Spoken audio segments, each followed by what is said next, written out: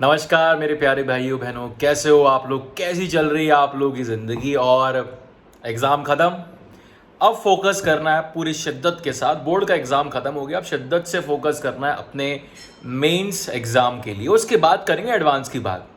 अब सवाल सबसे पहले जो आपके दिमाग में कौंधा और जो मुझे व्हाट्सएप तक पहुंचा, आप लोग भी भेज सकते हो अपने सवालों के जवाब, जो आपके लिए रिकॉर्ड करूंगा। अब आप में से किसी भाई ने मुझसे पूछा कि भैया कैसे तैयारी करें 25 दिनों के अंदर, और सबसे पहला सवाल ये था कि इन 25 दिनों में सब्जेक्ट क्या तीन तीन पढ़े या कैसे करें, या एक अकेला पढ़ूं? पहले मैं मैथ्स खत्म कर लूं, फिर फिजिक्स खत्म कर लूं, फिर केमिस्ट्री खत्म कर लूं। देखो, दोनों ही अप्रोच में रिस्क होती है कि अगर मैं सिर्फ मैथ्स के पीछे पड़ गया तो हो सकता है कि मैं केमिस्ट्री तक कभी पहुंच ही ना पाऊं। अगर मैं तीनों सब्जेक्ट एक साथ करता हूं तो रिस्क है कि मैं एक सब्जेक्ट पर कभी फोकस ही नहीं कर पाऊंगा, डेडिकेटेड आउटकम कभी आ ही नहीं पाएगा। तो बेस्ट अप्रोच आपके लिए होती है कि एक दिन में कितने सब्जेक्ट करूं। आंसर है दो, लेकिन दो भी ऐसे नहीं कि आपको बिठा के रखना है कि 6 घंटे या 3 घंटे या 2 नहीं। आप पहले एक सब्जेक्ट पकड़ लो जो आपको लग रहा है मुश्किल है या जो आप कर सकते हो। दोनों एक्सट्रीम बताएं, या तो एक जो बहुत मुश्किल आपको लग रहा है या फिर एक जो आप कंप्लीटली रिवाइज करना चाहते हो।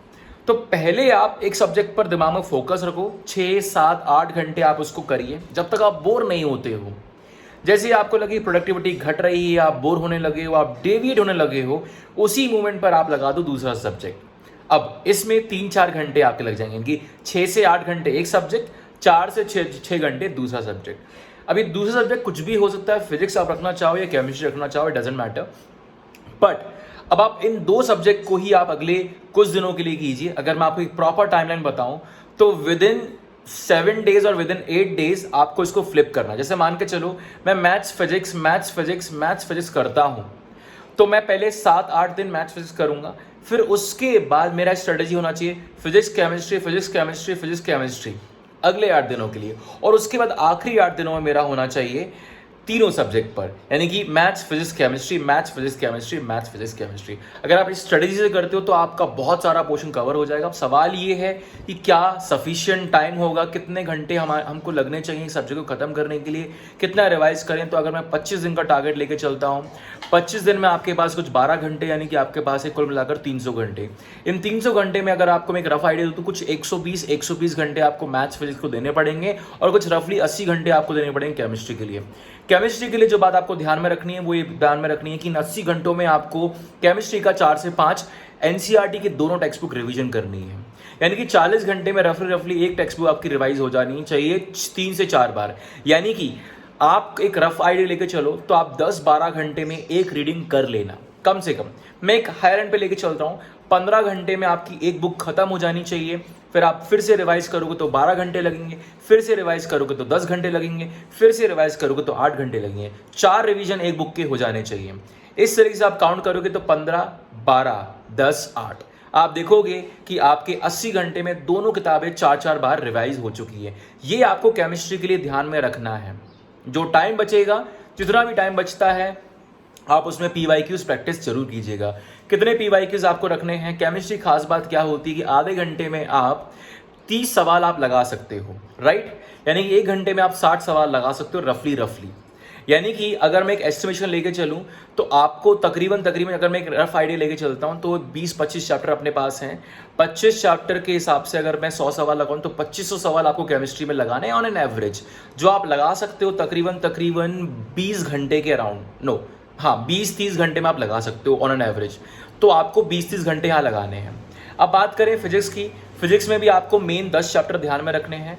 मैं आपको 10 चैप्टर पहले फोकस करवा देता हूँ। 10 चैप्टर कौन से फोकस करने हैं? मुझे मॉडर्न फिजिक्स ध्यान में रखना है, हीट थर्मोडायनामिक्स काइनेटिक एनर्जी ध्यान में रखना है, केटीजी जो आपको चैप्टर है। इसके अलावा आपको करंट इलेक्ट्रिसिटी और इलेक्ट्रोस्टैट्स को ध्यान में रखना है। ठीक है, ये चैप्टर आपके मेन स्ट्रीम होने चाहिए। बाकी इसके अलावा छोटे मोटे चैप्टर ग्रेविटेशन एनएलएम ये भी कर सकते हो। इन 10 12 चैप्टर से आपके 50 60 मार्क्स प्लस फॉर्मूला लिस्ट पूरी तैयार होनी चाहिए। हो सके तो हर रोज 15 मिनट फॉर्मूला के लिए आप लगाइएगा। ठीक है, अब इसमें भी आपको क्या करना है कि आपको रिवीजन के लिए ज़्यादा वक्त नहीं लगाना है। फिजिक्स जब आप पढ़ते हो तो आप ध्यान में रखिए कोई भी चैप्टर आपको आधे घंटे में रिवाइज हो जाना चाहिए। रिवीजन करने के लिए स्टैंडर्ड बुक आप एनसीईआरटी रखो, और जो गैप बनेंगे आपके, जो भी आपके एक्स्ट्रा कॉन्सेप्ट होंगे, वो सारे के सारे आपके पीवाईक्यू सॉल्व करो आप। यानी कि एक रफ आइडिया फिर से मैं आपको देता हूँ कि 120 घंटे में आपका 25 घंटे के हिसाब से सिर्फ 20 25 घंटे नोट्स पढ़ने में जाने चाहिए, बाकी 100 घंटे सवाल लगाने हैं।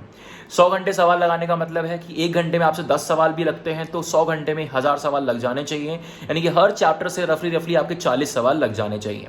ये एक बेसिक स्ट्रेटेजी हुई। अब बात करते हैं मैथ्स की। मैथ्स में भी आपके 10 चैप्टर रफली मैं आपको सिंपल चैप्टर बताता हूँ। सीक्वेंस सीरीज 2 क्वेश्चन आपके आ जाएंगे, मैट्रिक्स डिटर्मिनेंट 2 क्वेश्चन आपके आ जाएंगे, इसके अलावा रिलेशन फंक्शन 2 क्वेश्चन आपके आ जाएंगे, बाइनोमियल 1 क्वेश्चन आपका आ जाएगा, limit, derivatives, application of derivative 4 सवाल आपके यहाँ से आ जाएंगे।